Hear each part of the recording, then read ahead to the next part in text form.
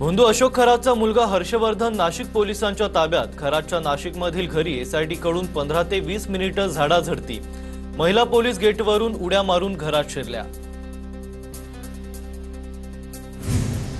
शिर्डी जमीन खरेदी प्रकरणात खरातच्या पत्नीवर अटकेची टांगती तलवार। कल्पना खरातसह 5 जणांवर फसवणुकीचा गुन्हा दाखल।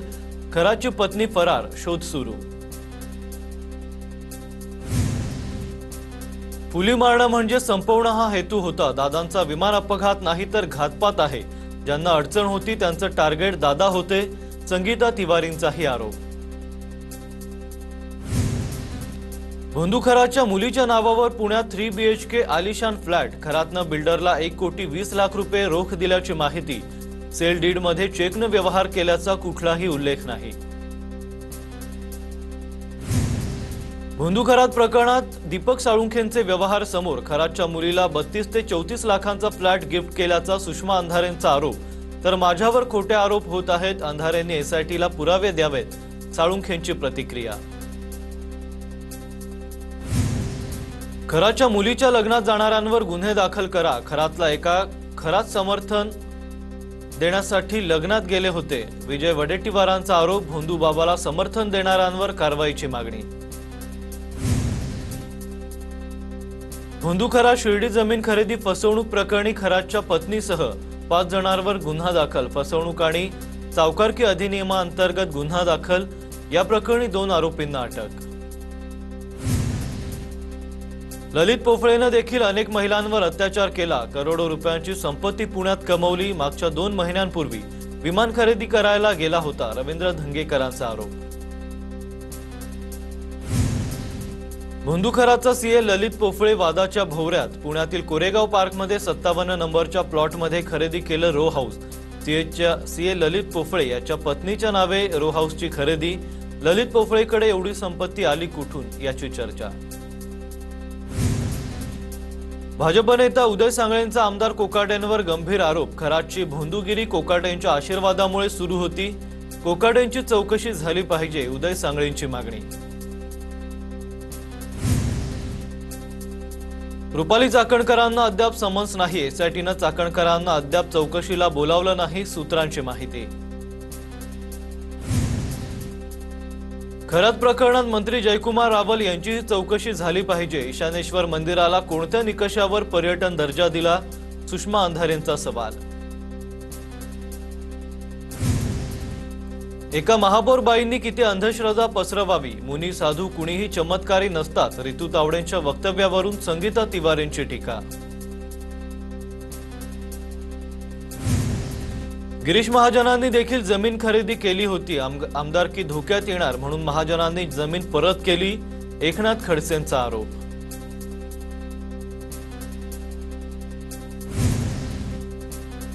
जयंत पाटलांना बिबा टाकण्याची सवय, जिथे शक्य तिथे बिबा टाकतात। गोपीचंद पडळकर आणि सुहास बाबर यांच्या जयंत पाटलांनी बिबा टाकला, चंद्रकांत पाटलांची टीका। अण्णासाहेब पाटील आर्थिक विकास महामंडळाच्या कारभारावरून अध्यक्ष नरेंद्र पाटलांकडून संताप व्यक्त। महामंडळाच्या व्यवस्थापकाकडून अतिशयोक्ती लावण्याचा नरेंद्र पाटलांचा आरोप। राष्ट्रवादीतून ओबीसी सामाजिक न्याय आणि अल्पसंख्याक सेल वगळल्याची चर्चा। अजितदादांच्या राष्ट्रवादी 7 ऐवजी आता फक्त 4 फ्रंटल सेल असणार। सुनेत्रा पवारांना अंधारात ठेवून पक्ष ताब्यात घेण्याचा काहींचा प्रयत्न। राष्ट्रवादीच्या काही लोकांना भाजपचे विचार पुढे न्यायचे आहेत, विकास लवांडे यांचा आरोप। सुनील तटकरेंनी सुनेत्रा पवारांची भेट घेतली। बॅनर प्रकरणानंतर सुनील तटकरेंनी पहिल्यांदा सुनेत्रा पवारांची भेट घेतली। काही दिवसांपूर्वी रायगडमधल्या तटकरेंच्या बॅनरवर सुनेत्रा पवारांचा फोटो नव्हता। नाशिकच्या मुंबई नाका परिसरात दिवंगत अजित पवारांचे बॅनर झळकले। दादा तुम्ही सोडून गेलात, पण महाराष्ट्राने तुमची किंमत केली नाही। नो FIR, राजकारण लय वंगाळ, बॅनरवरील आशय। DGCAचे प्रमुख फैज अहमद किदवई यांची बदली। अजितदादांच्या अपघातानंतर किदवई यांनी महत्त्वाचे निर्णय घेतले होते। किदवई हे मध्य प्रदेशचे केडर 1996 बॅचचे IAS अधिकारी। मुंबई महापालिकेच्या पहिल्या महिला आयुक्त म्हणून अश्विनी भिडेंनी पदभार स्वीकारला। मुख्यमंत्री देवेंद्र फडणवीसांच्या कार्यकाळात अनेक प्रमुख पदांवर महिलांची नियुक्ती। नागपूर पोलिसांचं शहरात कोम्बिंग ऑपरेशन। लकडगंज पोलीस स्टेशनच्या हद्दीत कारवाई। ऑपरेशन थंडर अंतर्गत 53 ग्रॅम गांजा जप्त। अंमली पदार्थ विरोधी आणि खरेदी विरोधात पोलिसांचं ऑपरेशन। एलआयजी घरांना मुंबई उच्च न्यायालयाची स्थगिती। सिडकोच्या एलआयजी गटातील 10,573 घरांना स्थगिती। 6 लाखांपेक्षा जास्त उत्पन्न असलेल्या अर्जदारांना घरं देऊ नयेत, न्यायालयाचे निर्देश। नवीन आर्थिक वर्षात रेडी रेकनर दरात कोणतीही वाढ नाही। फडणवीस सरकारचा बांधकाम व्यावसायिकांना दिलासा।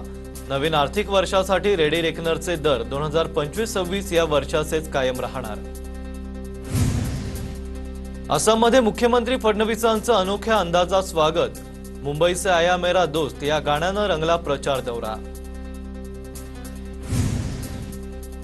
बीड शहरातील गॅस एजन्सीमध्ये 8 दिवसांनंतर गॅस मिळत नाही। गॅस एजन्सीपासून 4 किलोमीटर पर्यंत जावं लागतंय।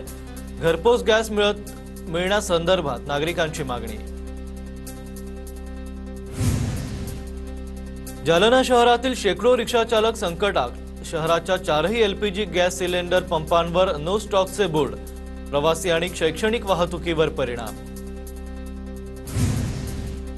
विदर्भात पुढील 4 ते 5 दिवसात अवकाळी पावसाची शक्यता। नागपुरात काही जिल्ह्यांना ऑरेंज अलर्ट तर काही जिल्ह्यांना येलो अलर्ट जारी। बुलढाणा जिल्ह्यातही गारपिटीचा तडाखा। अवकाळी पावसामुळे द्राक्षांचे भाव पडल्यानं शेतकऱ्यांचं नुकसान। धुळ्याच्या साक्रीमध्ये अवकाळी पावसाचा तडाखा। साक्री तालुक्यातील सामोडे परिसरात शेतीचं मोठं नुकसान। पंचनाम्यांना वेग। शेतकऱ्यांकडून नुकसान भरपाईची मागणी। धुळ्यात गारपीट वादळी पावसामुळे मोठं नुकसान। पिकांचा पंचनामा करावा। माजी आमदार कुणाल पाटील यांची जिल्हाधिकाऱ्यांकडे मागणी। छत्रपती संभाजीनगरच्या पैठण तालुक्यात अवकाळी पावसाचा कहर। कांदा बीज गव्हाचं मोठं नुकसान। काढणीला आलेला गहू पूर्णपणे आडवा। देवगाव शिवारातील शेतकऱ्यांचं मोठं नुकसान।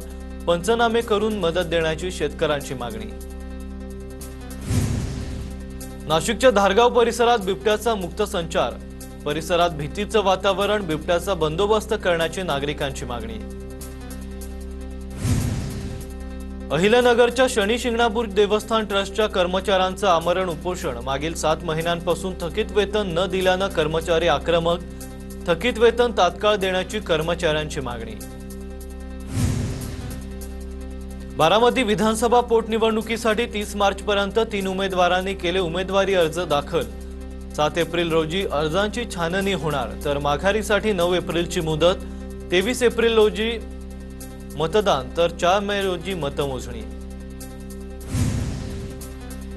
जालना महापालिकेतील नागरिकांनी पाणीपट्टी आणि मालमत्ता कराचा भरणा करावा। महापालिका आयुक्त असीमा मित्तल यांचं शहरातील नागरिकांना आवाहन। कर न भरणाऱ्यांवर कायदेशीर कारवाईचाही इशारा।